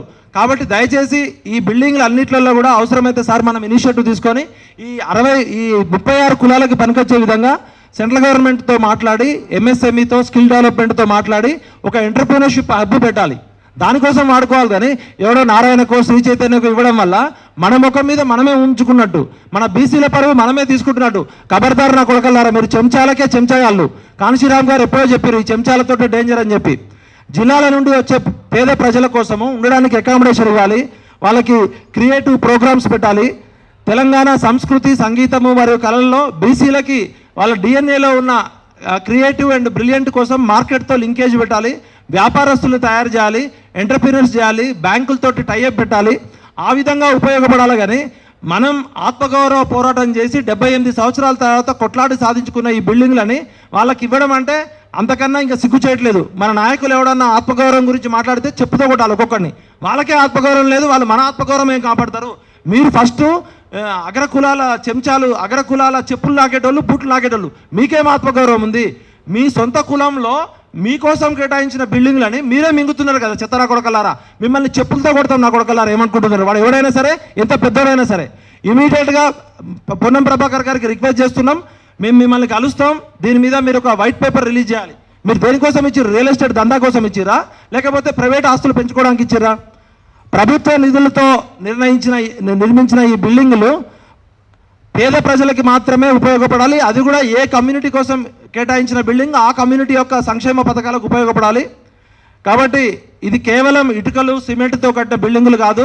మన శరీరము, మన రక్తము, మన ఆత్మ, మన అస్తిత్వం ఉంది కాబట్టి ఖచ్చితంగా తిరుగుబాటు చేయాలి. కేవలం భూమి ఇస్తే సరిపోదు, ఆ భవనాల పూర్తి స్థాయి నిర్మాణానికి ప్రభుత్వం వెంటనే నిధులు విడుదల చేయాలి. పెండింగ్లో ఉన్న భవనాలను యుద్ధ ప్రాతిపదికన పూర్తి చేయాలి. రాజకీయ జోక్యం లేకుండా అధికార పార్టీ ఎమ్మెల్యేలు, రాజకీయ నాయకులు ఈ భూములను తమ వ్యక్తిగత లాభాల కోసం వాడుకుంటే ఊరుకునే ప్రసక్తి లేదు. వాడు ఎంత పెద్ద నాయకుడైనా కరెక్టే. ప్రత్యూష గారు నిరుద్యోగ పోరాట సమితి తరపున వచ్చారు. ప్రత్యూష గారికి సీటు ఇవ్వండి, రండమ్మా. గట్టిగా చప్పట్లు కొట్టండి. అమ్మాయి ఒక గిరిజన బిడ్డ అయినా కూడా మన కోసం, భవిష్యత్తుల కోసం వాయిస్ ఇవ్వడానికి వచ్చింది. ఐక్యతతోనే సాధ్యం. కులాల వారీగా విడిపోకుండా బీసీలందరూ ఒక్క తాటిపైకి వచ్చి మన నిజమైన ఆత్మగౌరవాన్ని కాపాడుకోవాలి. ఆత్మగౌరవ భవనాల్ని కబ్జా చేసిన ఈ కబ్జాకోరులని చెప్పులతో కొట్టి తరమాలి. కలిస్తే నిలుస్తాం, నిలిస్తే గెలుస్తాం. విడిపోతే పడిపోతాం, పడిపోతే ఓడిపోతాం, పడిపోతే ఓడిపోతాం.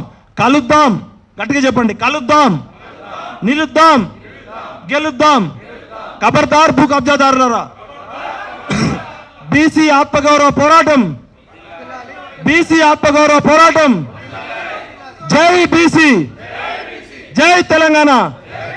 నాకు ఈ అవకాశం కల్పించిన బీసీ ఆత్మగౌరవ పోరాట సమితి నాయకులందరికీ హృదయపూర్వక అభినందనలు, మీడియా మిత్రులకు కూడా అభినందనలు. ముఖ్యంగా మహిళలు ఇద్దరు జియో కాపీసు 189 ప్రకారంగా 41 వేరియస్ బీసీ కులాలకు ఇవ్వడం జరిగింది. సరే, ఇచ్చిన తర్వాత ఆ ఆత్మగౌరవ భవనాలకు స్థలాలు మెడ్చల్, మల్కాజ్గిరి, రంగారెడ్డి జిల్లా అంటే కోకాపేట భవనము, అట్లాగే ఉప్పల్, బగాయత్లో స్థలాలు కేటాయించడం జరిగింది 41 బీసీ కులాలకు. దాని తర్వాత 2021లో ఒక మెమో ఇష్యూ చేయడం జరిగింది. ఈ మెమోలో క్లియర్గా మెన్షన్ ఏంది, సెకండ్ పాయింట్ అంటే మెమో నంబర్ 2574/D/2018 2 నవంబర్ 2021 నాడు ఈ మెమో ఇష్యూ చేశారు. బీసీ వెల్ఫేర్ గైడ్లైన్స్ క్లియర్గా ఉంది. ప్రత్యేక అన్ని కులాల్లో ఉన్నటువంటి అన్ని కుల సంఘాలను కలిపి, ఆ కులంలో ఉన్నటువంటి అన్ని సంఘాలను కలిపిన తర్వాత ఆ సంఘంలో ఒక ట్రస్ట్ ఏర్పాటు చేయాలి. అది కామన్ ట్రస్ట్. ఫర్ ఎగ్జాంపుల్, మేము కుర్మా కమ్యూనిటీ నుంచి ఇంటలెక్చువల్ ఫోరంగా నేను రిప్రజెంట్ చేస్తున్నాను.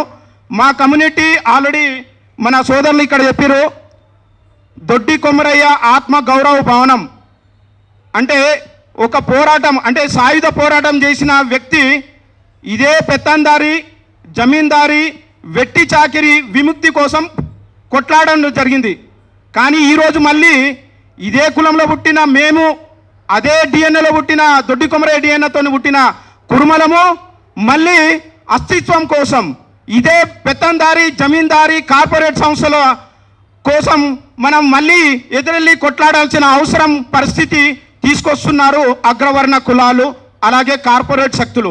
అది ఏ రూపంలో అంటే మళ్ళీ మా కులంలో ఉన్నటువంటి కొంతమంది కుల నాయకులు, అది వాళ్ళు అన్న చెప్పినట్టు చెంచలుగా, బ్రోకర్లుగా, ఇన్ఫార్మర్లుగా వండుకుంటూ వాళ్ళ స్వార్థాలు, వాళ్ళ ప్రయోజనాలు, డబ్బులు ఆశపడి కొంతమందికి కొంత పర్సంటేజ్లు ఇచ్చేసి వీళ్ళ పబ్బం గడుపుతున్నారు. ఎందుకు ఈ మాట చెప్తున్నానంటే, మా కులం సంఘంలో దొడ్డి కొమరయ్య భవనం దగ్గర 20 మార్చి నాడు సింధూర నారాయణ గారు, ఆమె ది 1 స్కూల్ లీజ్తో జరిగింది. దానికన్నా 4 రోజుల ముందు మా కులం సంఘంలో ఉన్నటువంటి ఎక్కే మల్లేశం గారు, బీర్లైలే గారు వీళ్ళంతా వెళ్ళేసి వేం నరేందర్ రెడ్డి గారికి కలిశారు. ఆ ఏ ఉద్దేశం కలిశారో తెలియదు, కానీ 4 రోజుల తర్వాత భవనం దగ్గర వచ్చి ఆమె భూమి పూజలో కూర్చోవడం జరిగింది. అంటే దాని అర్థం చూసుకోండి, ఆమెకి ఎట్లాంటి రైట్స్ లేవు. వాళ్ళ అంటే ఇది బీసీ ఆత్మ గౌరవ భవనాలు అన్నప్పుడు ఈ అగ్రవర్ణ నారాయణ సంస్థ యొక్క కూతురు వాళ్ళ మనుమలను తీసుకొని, అంటే వాళ్ళ సొంత భూమిలో వచ్చిన విధంగా వచ్చారు. దానికి మా కులం సంఘం వాళ్ళే మళ్ళీ సాక్షులు. ఇప్పుడు రేపన్నాడు లీగల్గా కొట్లాడినా వీళ్ళే సాక్షులు. అంటే వీళ్ళు భూమి పూజ చేసిరా లేకపోతే ఇంకేదైనా పూజ చేసి మా కులంలో ఉన్నటువంటి నాయకులను లోపరుచుకున్నారా అనేది తెలుస్తుంది రానున్న కాలంలో. అయితే ఈ బీసీ కులాలకు ఇవ్వడం జరిగింది. మరి ఇచ్చిన తర్వాత మేము బీసీ వెల్ఫేర్ కమిషనర్ గారికి ఆర్టీఏ ద్వారా అలాగే మా అప్లికేషన్స్ ఇవ్వడం జరిగింది. వీళ్ళు ఏం చెప్పారు అంటే, చిన్నగా చదువుతాను నేను, మేము ఏమి అడిగామంటే, మీ ద్వారా మా కుల సంఘం వాళ్ళు ఏమైనా అగ్రిమెంటు, ఏమైనా లీజు ఇట్లాంటిది ఏమైనా చేసుకున్నారా ఇవ్వండి అని అడిగినాము. అది 3 జనవరి 2026 నాడు మాకు రిప్లై ఏమొచ్చిందంటే, no agreement, no partnership deed entered with any one on Doddi Komaraiah కుర్మ ఆత్మ గౌరవ భవనం కోకాపేట్ సెజ్. బీసీ వెల్ఫేర్ వాళ్ళు ఇలా ఇస్తారు. వీళ్ళకి అన్నీ తెలుసు, నో అగ్రిమెంట్, నో పార్ట్నర్షిప్ అని వీళ్ళే ఇస్తారు. కానీ కుల సంఘంలో ఉన్నటువంటి కొంతమంది నాయకులు బీసీ వెల్ఫేర్ను కూడా తుంగలో తొక్కి, వాళ్ళ గైడ్లైన్స్ను తుంగలో తొక్కి వాళ్ళు భూమి పూజకి వెళ్ళిపోతారు. మరి ఇది మాయాదేవి గారు, కమిషనర్ ఆఫ్ బీసీ వెల్ఫేర్, అక్కడ ఉన్నటువంటి డైరెక్టర్ అలోక్ కుమార్ గారు, మీకు 10 సార్లు కలిసినాము. మీరు దీని మీద ఒక రిపోర్ట్ తీసుకుంటారు, సబ్మిట్ చేస్తారు, మళ్ళీ ఆ రిపోర్ట్ గురించి ఏం చెప్పరు. ఇక్కడ నో అగ్రిమెంట్ అని మీరే ఇచ్చారు, మీ ఆధ్వర్యంలోనే ఇచ్చారు. మరి వాళ్ళు ఎలా వస్తారు? ది 1 స్కూల్ అన్నటువంటి డైరెక్టర్ సింధూరామేరామ్, అలాగే శరణి పొనుగూరు గారు, అలాగే పునీత్ కొత్తప్ప గారు, వాళ్ళ నారాయణ సంస్థ వాళ్ళ పని కుర్మ ఆత్మ గౌరవ భవనం దగ్గర ఏం పని, అసలు ఎందుకు రావాలి అంటే, మీరు చూడండి ఇందులో బీసీ వెల్ఫేర్ వాళ్ళ యొక్క కుమ్మక్కు కూడా ఉంది. అఫీషియల్గా వీళ్ళ యొక్క బ్యూరోక్రాట్స్ పని చేయాల్సిన వాళ్ళు, బ్యూరోక్రాట్స్ కూడా పర్సంటేజ్ల కోసం, కమిషన్ల కోసం పనిచేస్తున్నట్టు కొంత సమాచారం అందుతుంది. దీని తర్వాత నేను మళ్ళీ మాయాదేవి గారికి ఒక లెటర్ రాయడం జరిగింది. ఏంది అంటే subject, request for strict implementation of memo number 2574/D 2018 dated 2 November 2021. అంటే మేడం గారు, ఇది మా ఒక్కో సమస్య కాదు, మా కులము ఒక్క సమస్య కాదు, 41 బీసీ ఆత్మ గౌరవ భవనాల యొక్క సమస్య ఇది. దయచేసి మీరు ఇచ్చిన మెమోనే 2021లో ఆ మెమోను రివైజ్ చేసి అన్ని కామన్ ట్రస్ట్, అన్ని కుల సంఘాలను కలిపి ఆ కులంలో ఉన్నటువంటి కుల సంఘాలతో ఒక కామన్ ట్రస్ట్ ఏర్పాటు చేసే విధంగా మీరు సీరియస్ యాక్షన్ తీసుకోమని 28 ఫిబ్రవరి 2026 నాడు ఇచ్చాను. ఇప్పటికీ దీని మీద ఎట్లాంటి రెస్పాన్స్ గారు. అంటే వీళ్ళ అర్థమైందంటే, దీని వెనుక పొన్నం ప్రభాకర్ గారు అన్నీ గమనిస్తూ వాళ్ళ ప్రిన్సిపల్ సెక్రటరీ గారు ఉన్నటువంటి వాళ్ళకు సమాచారం వెళ్తుంది, మినిస్టర్ గారికి సమాచారం వెళ్తుంది, కమిషనర్ గారికి ఎలాగో ఇచ్చాము వాళ్ళకు కూడా సమాచారం వెళ్తుంది. అంటే మేము ఇచ్చిన ప్రతి పేపరు డస్ట్బిన్లో వెళ్తుందా లేకపోతే సీరియస్ యాక్షన్ తీసుకుంటున్నారా? ఎందుకంటే ఏంటంటే మన ఈ రోజున సురేష్ గారు ఒక మంచి మాట చెప్పారు. సురేష్ గారు ఏం చెప్పారంటే, మనవి సోషల్ మీడియానే, మన అంశాలు ఎక్కడా బయటికి రావు, మెయిన్ మీడియాలో రావు అనేటువంటి అభిప్రాయాన్ని ఇచ్చారు. అంటే అందులో తొలి వెలుగు రఘు గారి గురించి చెప్పారు, అది అక్షరాల సత్యం. ఆయనతో పాటు చాలా సోషల్ మీడియా ఛానల్స్ మనకి హెల్ప్ చేస్తున్నాయి. కాబట్టి ఇప్పుడు కనీసం ఒక ప్రజల్లో తెలుస్తుంది అన్యాయం జరుగుతుంది. ఇదిగో అట్లా తెలంగాణ విఠల్ గారు మాట్లాడారు, లేకపోతే మరి ఒక్కొక్క లీడర్ మాట్లాడిన విషయాలన్నీ కూడా తెలుస్తున్నాయి. సో ఆ రకంగా ఈ రోజున తెలంగాణలో ముఖ్యంగా బీసీల చైతన్యం చాలా బాగుంది. అయితే కొన్ని పత్రికల్లో కూడా నేను గమనించా, ఈ మధ్య విజయక్రాంతి పత్రిక కూడా బాగా మంచి కవరేజ్ బీసీల గురించి దాదాపు 89% కవరేజ్ ఇస్తూ ఉంది. మనకి మీడియాలో ఎవరైతే మనకు సహకరిస్తారో వారితో మనం ఆ కార్యక్రమాలన్నీ ఇన్ఫామ్ చేయటం, మరి జరిగే విధంగా చేసుకుంటున్న విధంగా చెప్పాలంటే ఒకసారి ఇక్కడ ఇదే వేదికగా మనం మీడియా ఛానల్స్ వాళ్ళ ప్రముఖులను అందరినీ పిలిచి వాళ్ళని సన్మానించుకోవాల్సిన అవసరం. ఎవరెవరైతే ఈ కాజ్ కోసం పనిచేస్తున్నారో ఛానల్స్ అధినేతలు, యూట్యూబ్ ఛానల్ చిన్న ఛానల్ నుంచి పెద్ద టీవీ ఛానల్ వరకు, అలానే పత్రికలు చిన్న పత్రికల నుంచి పెద్ద పత్రికల వరకు పిలిచి ఒకరోజు మనం వాళ్ళతో ఐడెంటిఫై అవ్వాల్సిన అవసరం ఉంది. మన కోసం ఎవరు పనిచేస్తున్నారో తెలవాల్సిన అవసరం ఉంది. అందువల్ల సురేష్ గారు మాట్లాడినప్పుడు ఐ ఫెల్ట్ వెరీ హ్యాపీ. ఎందుకంటే వెలుగుబట్టులో జరిగిన చీకటి భాగోతాన్ని ఒక ఛానల్ బయటకు తీయటం ద్వారానే మనకు అది తెలిసింది. ఎందుకంటే ఎక్కడ జరుగుతుంది ఈ బుల్డోజర్ సంస్కృతి, ఎక్కడ జరుగుతుంది? ఎక్కడో ఉత్తరప్రదేశ్లో బీజేపీ ప్రభుత్వం చేసింది. అక్కడ బుల్డోజర్ సీఎం అంటారు యోగి ఆదిత్యనాథ్ని. అక్కడ బుల్డోజర్తోనే ఏదైనా పరిష్కరించాలని చూస్తారు. ఖమ్మంలో కాంగ్రెస్ హయాంలో అదే బుల్డోజర్ సంస్కృతి ఇక్కడికి వచ్చింది. అసలు ఎప్పుడు కూడా 500-600 ఇళ్ళని అట్లా ధ్వంసం చేయటం అనేది నాకైతే తెలియదు. 750 ఇళ్ళు. సో నాకు తెలియదు అది. అవి కనుక మనం ఏరియల్ వ్యూ చూస్తుంటే చాలా బాధేస్తుంది. ఎక్కడన్నా ఇజ్రాయిల్ ఇరాక్ లేకపోతే ఇరాన్ వార్ మధ్య ఏమన్నా హమాస్ కానీ లేకపోతే పాలస్తీనాలో కానీ ఎక్కడైనా డ్యామేజ్ చేశారా లేకపోతే మందా కాదా అని అనుమానం వచ్చేంత దారుణమైన డ్యామేజెస్ జరుగుతూ ఉన్నాయి. ఇవన్నీ అర్థం కావాలంటే ఇందాక మన మిత్రులు చెప్తా ఉన్నారు, యంగస్టర్ ఇప్పుడే మాట్లాడారు ఆయన, మనకి జ్ఞానం తెలియాలా, మనకి చదువుకోవాలా, ఎలా జరుగుతుందో తెలియాలన్నారు. మనకి తెలియాల్సిన జ్ఞానం ఏంటంటే కుల జ్ఞానం, కాలజ్ఞానం కాదు, కుల జ్ఞానం తెలియాలి. మనకి ఏ కులాలు మనకు అన్యాయం చేస్తున్నాయి అనేది తెలియాలి. మనకి నడిచేది మన దగ్గర రాజ్యాంగం నడుస్తుందా కుల రాజ్యాంగం నడుస్తుందా అనేది తెలియాలి. కుల రాజ్యాంగం దాదాపుగా 100,000 సంవత్సరాల నుంచి ఈ దేశంలో ఈ రాష్ట్రాల్లో నడిచేది కుల రాజ్యాంగమే. ఈ కుల రాజ్యాంగంలో ఉన్నటువంటి పద్ధతుల వల్లనే ఈ రోజున 41 బీసీ ఆత్మగౌరవ భవనాలు ఆ దుస్థితిలో ఉన్నాయి. ఇదంతా మూల కారణం మనం చూడాలి. జ్ఞానం అంటే అదే కుల జ్ఞానం. కుల జ్ఞానం తెలిస్తేనే ఎందుకు మనకి అన్యాయం జరుగుతుంది, ఇక్కడ ఎందుకు కూర్చోవాలా. చూడండి ఎంత మాయ చేస్తారు. 2018లో ఏ రకంగా చెప్పారు, ఎలక్షన్లు వస్తున్నాయి, బీసీ ఓట్లు కావాలా, ఎస్సీ ఓట్లు కావాలా, ఎస్టీ ఓట్లు కావాలా, ఏదో దళిత కుటుంబాలకి ప్రతి కుటుంబానికి 10 లక్షలు ఇస్తామని చెప్పటం, ఆ తర్వాత ఈ కుల సంఘాలను అందరినీ ఆకట్టుకోవటం కోసం మళ్ళీ ల్యాండ్స్ ఇవ్వటం, వాళ్ళందరూ ఆ పార్టీకి పనిచేయటం కోసం ట్రస్ట్లు ఏర్పాటు చేసుకోండి, మీరే ఆ ల్యాండ్ని మీరే డబ్బులు ఇస్తాం, మీరే వాడుకోండి అని చెప్పారు. దీని వెనకాల అంతా కూడా ఒక కుట్ర ఉంటుంది, అది గమనించాలి. మనం బయట పైనుంచి చూస్తే కనుక ఈ 42 భవనాల దగ్గర ఉన్నటువంటి 42 కులాల వాళ్ళు, 41 కులాల వాళ్ళు ఎట్లా కొట్లాడుకుంటారో చూడాలా, ఆనందించాలనేది ఈ వర్గాల యొక్క ముఖ్యమైనటువంటి ఆలోచన. అందువల్ల మన శత్రువులు, మనం ఇందాక అనుకుంటాం మన చెంచాలు, మన గులాంలు, మన వాళ్ళు ఉన్నప్పటికీ కూడా వాళ్ళని మించిన వాళ్ళు ఎవరో, ఆ శత్రువు ఎవరో మనకు అర్థం కావాలి. ఈ రోజున రాష్ట్రంలో ఎందుకు అన్యాయం జరుగుతుంది, ఆంధ్రప్రదేశ్ కానీ తెలంగాణ కానీ ఏ కులాలు రాజ్యం వెళ్తున్నాయి అనేది మనం తెలుసుకోవాలి. ఈ కులాలు ఎందుకు రాజ్యం వెళ్తున్నాయి, అసెంబ్లీలో వాళ్ళు అక్కడ ఎంతమంది ఎందుకు ఎన్నికవుతున్నారు, అసెంబ్లీలో ఎన్నికవటం కోసమే ఈ భూములు ఇచ్చారు అనేది మనం గుర్తుపెట్టుకోవాలి. అంతేగాని మన కోసం కాదు. వాళ్ళు ఎలక్షన్లో మరి గెలవటం కోసం కార్పొరేట్ శక్తులకి 100,000 ఎకరాలు ఇస్తారు, మనకి ఇచ్చింది గొప్ప కాదు. ఆ రోజున జీవోలో నేను చూసా, ఈ ల్యాండ్ అలాట్మెంట్ జీవో చూశాను. ఆయన వెంకటేశం గారు ఐఏఎస్ ఆఫీసర్, ఆయన సెక్రటరీ. బహుశా ఆయన బుర్రా వెంకటేశం గారు బీసీ వ్యక్తి కాబట్టి ఉండబట్టి కనీసం ఆ ల్యాండ్ వచ్చింది మనకి, లేకపోతే అవి కూడా వచ్చాయి కాదు. సో ల్యాండ్లు ఇస్తారు, రకరకాల కిరికిరి పెడతారు, కిరికిరి పెట్టి మీరు కొట్లాడుకోండి, మీకు మీరుగా కొట్లాడుకోండి, కొట్లాడుకుంటే ఆనందం. మళ్ళీ ఎప్పుడు దీని మీద దృష్టి కేంద్రీకరిస్తారు, మనం వెళ్ళి అడగంగానే ఏం చేయరు.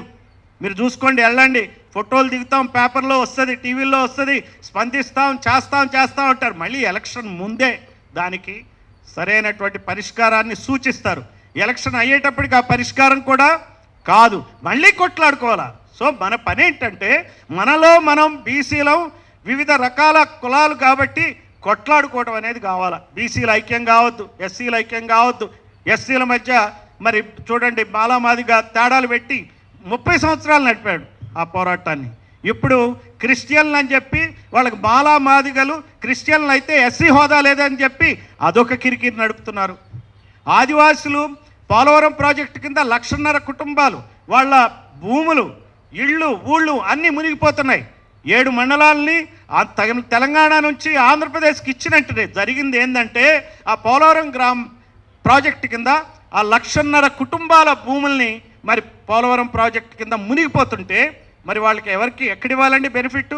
పోలవరం ప్రాజెక్టు కింద 10 లక్షల ఎకరాలు సాగులోకి వస్తున్నాయి, వాళ్ళకి బెనిఫిట్ అవ్వాలి కదా. ఈ ఎవరి భూములు అయితే పోతున్నాయి వాళ్ళకి ఇవ్వాలి కదా, ఇవ్వలే. ఇవ్వకుండా ఎక్కడెక్కడో భూములు ఇస్తున్నారు, ఎంతో కొంత ఇస్తున్నారు, ఇవ్వాల్సినంత ఇవ్వట్లే. అంటే ప్రతి ప్రాజెక్ట్ కింద బెనిఫిషరీ ఎవరు ఉండాలి? నష్టపోయిన వాళ్ళు బెనిఫిషరీ ఉండాలి. ఇది అంతే. ఇక్కడ 41 భవనాలకి భూములు కూడా అలాట్ చేస్తారు, సరిగ్గా హద్దులు చూపించరు. చాలా వివాదాలు ఉంటాయి. మనం వెళ్తే ఇక్కడ కొన్ని చిన్న వివాదాలే మనం మాట్లాడుతున్నాం. తర్వాత ట్రస్ట్ పెట్టడం ఏంటి, మిమ్మల్ని కట్టుకోవడం అంటే ఏంటి, డబ్బులు రిలీజ్ చేయటం అంటే ఏంటి? ఈ ట్రస్ట్ చైర్మన్లు మరి టెండరు ఒక ప్రొసీజర్ ఫాలో కాకుండా నామినేషన్ పద్ధతులు ఇవ్వటం ఏంటి, తర్వాత వాటిని అద్దెలకు ఇవ్వటం ఏంటి? ఏంటిది జరిగేది? ఇదంతా తెలియకుండా జరుగుతుందా? ఈ వర్గాలకి కాదు. మనల్ని కమ్మారెడ్డి వలం వర్గాలు మనం కొట్లాడుకోవాలనే ఇలాంటివన్నీ చేస్తాయి. ఐక్యం కాకూడదు, కొట్లాడుకోవాలనే చూస్తారు. కాబట్టి మనం అది గమనించాలి. కుల జ్ఞానంతో మనం వ్యవహరించినప్పుడే ఈ రాజకీయాలు అర్థమవుతాయి. అందుకనే ఈ భవనాల దగ్గర మనం చేయాల్సిన పని ఏంటంటే మన వాళ్ళని సమీకరించి అక్కడ హెచ్చరికగా ధర్నాలు చేయాలా, ఉద్యమాలు చేయాలా.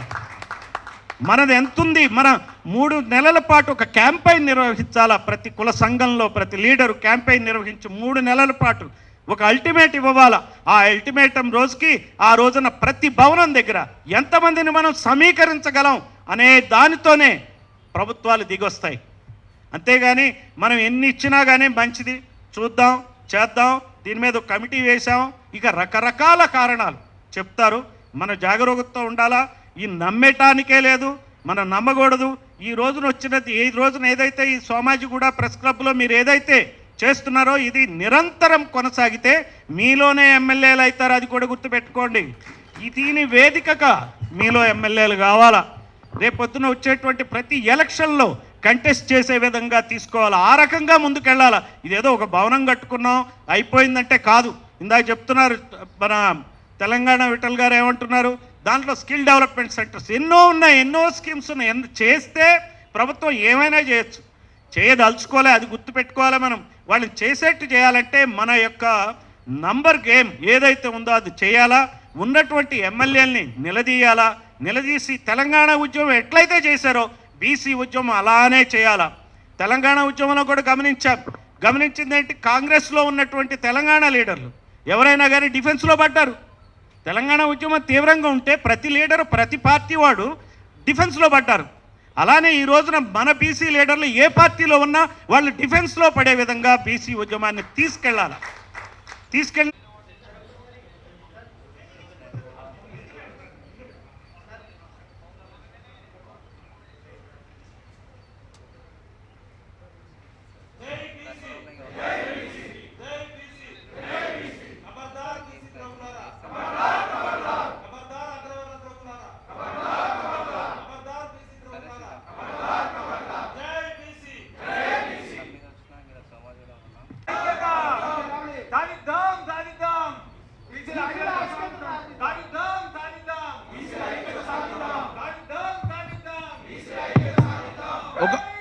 అన్న ఒక నిమిషం ముఖ్యంగా మహిళలు ఇద్దరు వచ్చారు. రేపు పొద్దున డీలిమిటేషన్ అవుతుంది, ఉమెన్ బిల్ వస్తుంది. కాబట్టి నెక్స్ట్ మీటింగ్లకి మనం తీసుకురావాలి. మన ఇంట్లో ఉన్న మన చెల్లెల్ని, భార్యల్ని, అక్కల్ని అందరినీ తీసుకురావాలి. మహిళా నాయకత్వం కావాలి. లేకపోతే చాట్ల బియ్యం పోసి కుక్కల కొట్లాట పెడుతున్నారు. ఈ కొట్లాట ఇప్పుడు కాదు, మన ఫ్యూచర్ జనరేషన్ వరకు కూడా తెగకుండా చేస్తున్నారు. ఇది ఒక రాజకీయ కుట్ర. ఏ రాజకీయ నాయకులు కానీ ఏ రాజకీయ పార్టీలు కానీ బీసీల అస్తిత్వాన్ని, గౌరవాన్ని ఒప్పుకోవడానికి రెడీగా లేవు. మనమే కొట్లాడాలి, మనమే తెచ్చుకోవాలి. ఎందుకంటే రెచ్చగొట్టి చిచ్చు పెడుతున్నారు. అంటే రెచ్చగొట్టేది వాళ్ళే, చిచ్చు పెట్టేది వాళ్ళే, కానీ బలయ్యేది ఎవరు? బీసీ, ఎస్సీ, ఎస్టీ, మైనార్టీస్ అందరూ బలైపోతున్నాం. ఏంటంటే మనమే మెజారిటీ ఆఫ్ పీపుల్ ఓట్లేస్తున్నాం, గెలిపిస్తున్నాం, మళ్ళీ మనమే అడుక్కోవాల్సి వస్తుంది. అసలు మనము కత్తి ఇచ్చి నరుక్కునే పొజిషన్లో బీసీలు ఉన్నారు. ఇప్పుడు బీసీల పరిస్థితి ఇంకా దారుణంగా ఉంది.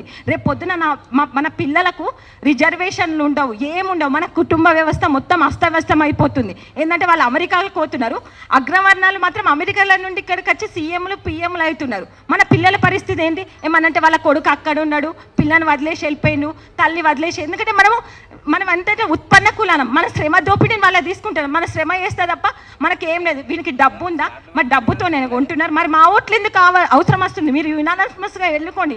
2 కోట్లకు ఎమ్మెల్యే పదవి, 3 కోట్లకు ఎంపీ పదవి, ఇట్లా చేసుకోండి.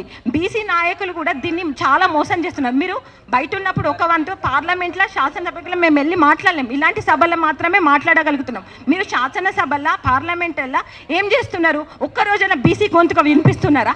అంటే మీకు బీసీల ఓట్లు కావాలి, మెజారిటీ ఆఫ్ పీపుల్ కావాలి, కానీ బీసీ సమస్యలు మాత్రం ఎవరు నిలదీయడానికి రెడీగా ఉండలేరు. ఒక ఫోటోలు ఇచ్చి అక్కడ ఇందిరా పార్క్ మీకు రైళ్ళు మీకు ఛాన్స్ ఇచ్చేళ్ళు 20 మందిదా. ఇప్పుడు బీసీ ఎమ్మెల్యేలు ఉన్నారు, బీసీ మినిస్టర్లు ఉన్నారు, కానీ బీసీల గురించి మాట్లాడే నాయకుడు ఇప్పటికీ ఒక్కడు కూడా లేడు. ఎందుకంటే భయమా? మనమే కదా. మీరు అందరూ ఒకసారి రాజీనామా చేయండి. అప్పుడు అది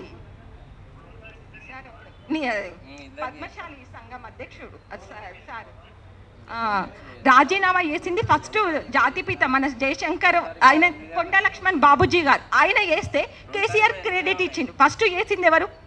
అది చరిత్రలో చూపెట్టారు, తర్వాత చూపిస్తారు. అంటే చరిత్రలో అంతా బీసీలే ఉన్నారు, వెనకాల బీసీలు పట్టు కొమ్మలు లాంటి వాళ్ళు. కానీ వాళ్ళ చరిత్రను వెనకాల నుండి మనం బ్యాక్ బోన్ లాగా మాత్రమే మిగిలిపోవాలి, ఎందుకంటే వాళ్ళని ముంగట చూపెట్టడానికి. కానీ ఈరోజు బీసీలు మాత్రం వ్యక్తిగతంగా అవేర్నెస్ అవ్వాలి. ప్రతి ఒక్కరు వ్యక్తిగతంగా అవేర్నెస్ ఇచ్చి నేను బీసీని, నేను ఏ హక్కులు కోల్పోతున్నా అన్న రోజే బీసీల హక్కులు వస్తాయి. మనం ఇచ్చి అడుక్కోవడం కాదు, వాళ్ళు మనం ఇచ్చే పొజిషన్లోకి పోవాలి, వాళ్ళు తీసుకోవాల్సిన పొజిషన్కి రావాలి. కానీ బీసీలను మైండ్ గేమ్ ఆడుతున్నారు. కాబట్టి ప్రతి ఒక్క బీసీ వ్యక్తిగతంగా అవేర్నెస్ అయిన రోజు మాత్రమే బీసీల, ఇక్కడ ఉన్న వాళ్ళు ఇప్పుడు 20 మంది వచ్చారు, రేపు 40 మంది రండి. బీసీల మీటింగ్ అంటే ఒక్కరు రారు. అదే ఏదైనా రాజకీయ మీటింగ్ అంటే మాత్రం 100 మంది పోతున్నారు. మీరు మందుకు బానిసలు అయితే రేపు పొద్దున మీ బిడ్డల భవిష్యత్తును తాకట్టు పెట్టిన వాళ్ళు. ఈ విషయం ప్రతి ఎలక్షన్లో మేము చెప్తూనే ఉంటాం, కానీ చేస్తున్నారు. కానీ మీరు ఒక 500కు 5,000 కాదు. రేపు ఇప్పుడు న్యాయ వ్యవస్థలో కూడా అంతే అయింది. నిజంగా క్వశ్చన్ చేసేటోడేమో బయట ఉన్నాడు, అమ్ముడు పోయినోడేమో బార్ కౌన్సిలింగ్లో ఉంటున్నారు.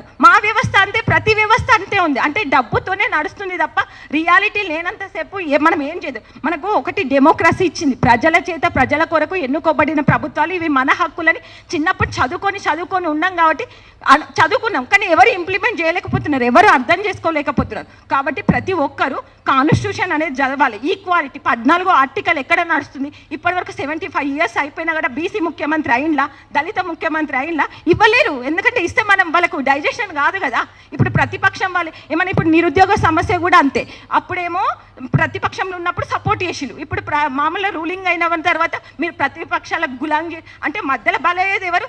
BC, SC, ST, minorities. అడుక్కోవాలి, మాకు ఉద్యోగాలు కావాలి. మీరే ఈ సోమాజీ ప్రెస్ క్లబ్లకు వచ్చి నిరుద్యోగం గురించి హామీ ఇచ్చిన ఓపెన్ ఎవిడెన్స్. ఇప్పుడు ఈ కోకాపేట ల్యాండ్ కూడా ఓపెన్ ఎవిడెన్స్. కానీ మళ్ళీ మనమే మీటింగ్లు పెట్టుకోవాలి. ఇవన్నీ రావడానికి ఎన్ని సంవత్సరాలు పడుతుందో కూడా తెలియదు. మళ్ళీ మొన్న 42% రిజర్వేషన్ ఇస్తా అని చెప్పింది మన ప్రభుత్వమే. దానికోసం కొట్లాడని మాత్రం ఒక రెడ్డి సామాజిక వర్గం 1% ఎలా ఒక కేసేసి దాన్ని స్టాప్ చేసిళ్ళు. కానీ సార్ అన్నట్టు ఎమ్మెల్యే పొజిషన్లకు కూడా వెళ్ళగలుగుతాము. నేను చిన్నప్పటి నుంచి చూస్తున్న వాళ్ళు జెడ్పీటీసీలకు మాత్రమే పరిమితమయ్యారు. మరి ఎందుకు వస్తలేరు? మరి ఇప్పుడు అగ్రవర్ణ వాళ్ళు జెడ్పీటీసీ నుండి డైరెక్ట్ సింగ్స్కి అటెండ్ అయ్యి ప్రతి ఒక్కరిని ఒకరు కట్టర్ బీసీ అంటారు కదా, బీసీ వివరంగా చెప్పే ప్రయత్నం చేస్తాను. అయితే 2018లో బీఆర్ఎస్ ప్రభుత్వం తెలంగాణలో ఉన్న బీసీ కులాలకి, అంటే సంచార జాతుల్లో బీసీఏలో ఉన్న దాదాపు 25-30 కులాలను కలుపుకొని సంచార జాతులు కావచ్చు, అట్లాగే బీసీలో ఉన్న బలమైన సామాజిక వర్గాలు, ఇట్లా అన్ని కులాలు కలుపుకొని దాదాపు 36 కులాలకి దాదాపు 68 ఎకరాల భూమిని, అంటే ఈ సౌత్ ఇండియాలోనే హైయెస్ట్ రిచెస్ట్ ఏరియా అయిన కోకాపేటలో దాదాపు 13,000 కోట్ల విలువైన భూమిని కేటాయించడం జరిగింది. అయితే 2018లో దీని మీద శంకుస్థాపనలు చేశారు. ప్రభుత్వం అధికారికంగా ప్రభుత్వం నుంచి మినిస్టర్లు రావడం జరిగింది. దాని అంటే కోకాపేటలో శంకుస్థాపన చేయడం జరిగింది, అట్లాగే కుప్పల్లో రకరకాల ప్రాంతాల్లో ఇవ్వడం జరిగింది.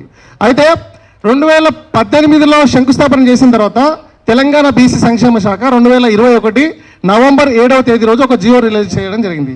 ఆ జీవోలో ఏముందంటే ప్రతి కులంలో అటు ముదిరాజులు కావచ్చు, మున్నూరు కాపులు కావచ్చు, గంగపుత్రులు కావచ్చు, లేదంటే కుర్మ సోదరులు కావచ్చు, యాదవులు కావచ్చు, ఏ కులమైనా ఆ కులానికి ప్రభుత్వం నుంచి భూమి కేటాయించినప్పుడు ఆ కులంలో సపోజ్ కుర్మ కులంలో 50 సంఘాలు ఉన్నా ఆ 50 సంఘాలు అన్నీ కలిపి ఒక జేఏసీగా ఏర్పడాలి. ఆ జేఏసీగా ఏర్పడిన వాళ్ళందరూ కలిసి ఒక ట్రస్ట్గా ఏర్పడడానికి ప్రభుత్వం ఒక జీవో రిలీజ్ చేసింది. అయితే ఈరోజు తెలంగాణలో ఈరోజు బీసీ కులాలన్నీ ఇబ్బంది పడుతున్న సమస్య ఏంటంటే ఈ జీవోను బీసీ సంక్షేమ శాఖ నుంచి ఇచ్చిన జీవోను తుంగలో దొక్కారు.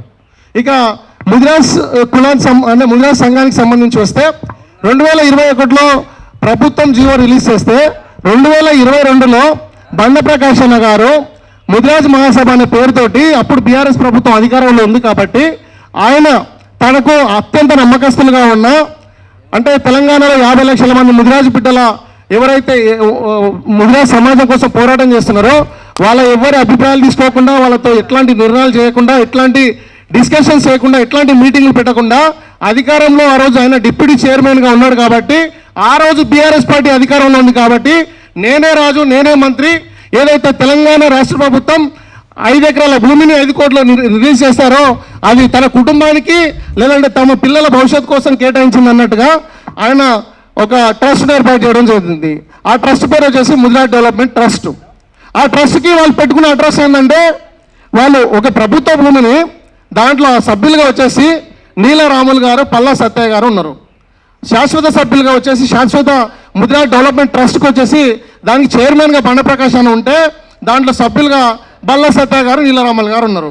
ఇక్కడ ఇంకొక విచిత్రమైన విషయం ఏంటంటే దానికి సాక్షులుగా కూడా ఎవరో తెలుసా, బల్లా సత్తయ్య కొడుకు కార్తీక్ గారు అనేసి కరీంనగర్ నుంచి ఉంటే బొక్క శ్రీనివాస్ అనేసి ఒక ముదిరాజు బిడ్డ రంగారెడ్డి నుంచి పెట్టుకున్నారు. ఇందులో 50 లక్షల మంది ముదిరాజులు ఉంటే ఎవరిని సంప్రదించాలి, వాళ్ళకి ఎవరైతే అనుచరులుగా ఉన్నారో అత్యంత నమ్మకస్తులుగా ఉన్నారో వాళ్ళ పేర్లు పెట్టుకొని చేయడం జరిగింది. అయితే ఈ ముదిరాజ్ డెవలప్మెంట్ ట్రస్ట్ వాళ్ళు ఏం చెప్తున్నారు, ఇది ముదిరాల కోసం, ముదిరాల సంక్షేమం కోసం ఆ రోజు బీఆర్ఎస్ పార్టీ ఇచ్చింది కాబట్టి ఏదో అందరినీ కలుపుకోవడానికి సమయం లేదు కాబట్టి మేము మాకు అనుచరులుగా ఉన్న వాళ్ళని వేసుకున్నామని చెప్పారు. అయితే ఒక ట్రస్ట్ ఏర్పాటు చేసినప్పుడు ఆ ట్రస్ట్లో ఎంతమందినైనా పెట్టుకునే హక్కు ఉంటుంది, అది ప్రైవేట్ ట్రస్ట్ అయినా సరే. కానీ వీళ్ళు ఏం చేశారు, 3 మాత్రమే పెట్టుకున్నారు. మళ్ళీ దానికి పెట్టుకున్న అడ్రస్ ఏంది, వాళ్ళు తెలంగాణలో చాలా ప్రభుత్వ భూములు ఉన్నాయి. ప్రభుత్వంలో ఏదంటే గ్రామాల్లో మండలాల్లో నియోజకవర్గ స్థాయిలో గత ప్రభుత్వాలు ముదిరాజుల కోసం కేటాయించిన ప్రభుత్వ భూమికి సంబంధించిన చాలా ముదిరాజ్ సంఘ భవనాలు ఉన్నాయి. వాళ్ళు ఆ సంఘ భవనాలకు సంబంధించిన అడ్రస్ పెట్టకుండా వాళ్ళు ఏం చేశారంటే ప్రభుత్వ మెమో సంఖ్య 3677